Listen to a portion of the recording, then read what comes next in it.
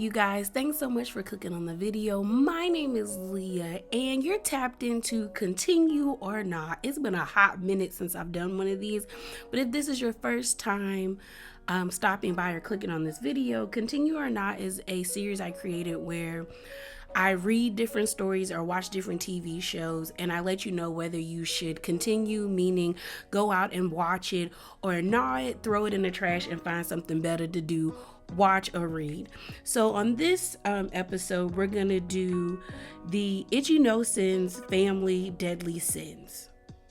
All right, y'all. So what drew me to this story was actually the author. The author's name is Tenzin 5, and I've read their previous work called, and I know I'm going to butcher it, I think it's Topik's Original Sins, which was a story about a alien that touched down, named Topiki or Topik's, that touches down to Earth, that is like pure-hearted and just wants to make the Earth smile. And it comes in contact with a girl who does not smile, who's kind of devoid of emotions. And as the story goes, you end up finding out why she's not smiling. And trigger warning, it's a lot. It deals with abuse, like child neglect, bullying.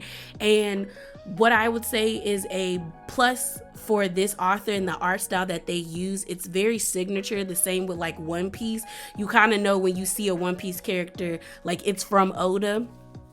But for this author, the same thing.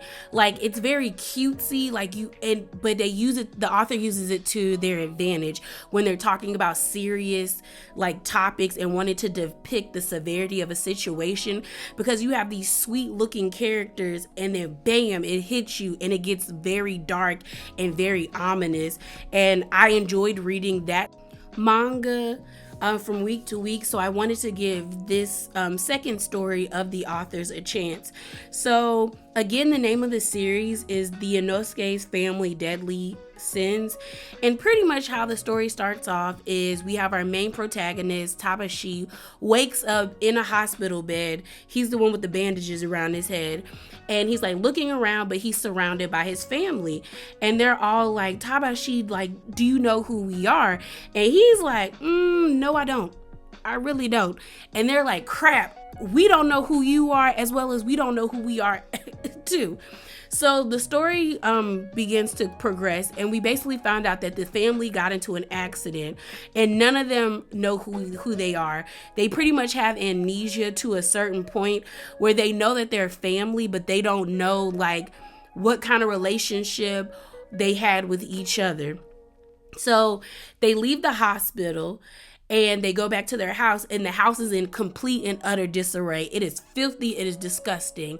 But then they all go to their rooms, and each room kind of gives a window into who they are.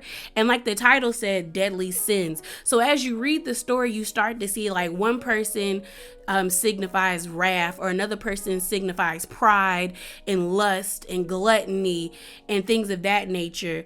But all the while, you want them to become a family. You want them to find a way to reconnect, because it starts off very nice. Like the story starts off very, very nice. Like you feel like it's going to be a slice of life. But if you read the author Tenzin 5's story, the previous story, you would know that's how this person gets you. Like you think it's going to be really nice and whimsical, and we're going to see these people bond and really have these beautiful moments. But then things start to get dark. And then there becomes like an array of mystery as to what is truly going on. As people start to remember, bad memories start to flow in. You start to see people's negative thoughts and emotions and actions come to light. You also have family members disappearing as they start to remember more and more about who they are or what's going on. And you have the main character trying to understand, like, do I want to remember? Is it good to remember? Or maybe I should just stay in the dark and have what I have now. And it is a very thoughtful scene. So if you want to know to continue or not, I would say continue. I don't know if I mentioned this this before, but I think I said there's only 20 chapters currently now, and it updates by weekly every Sunday around like 10 and 11 o'clock. But I think it's a very interesting story. I like seeing people's theories about where this story is going. Like, are these people actually like in purgatory?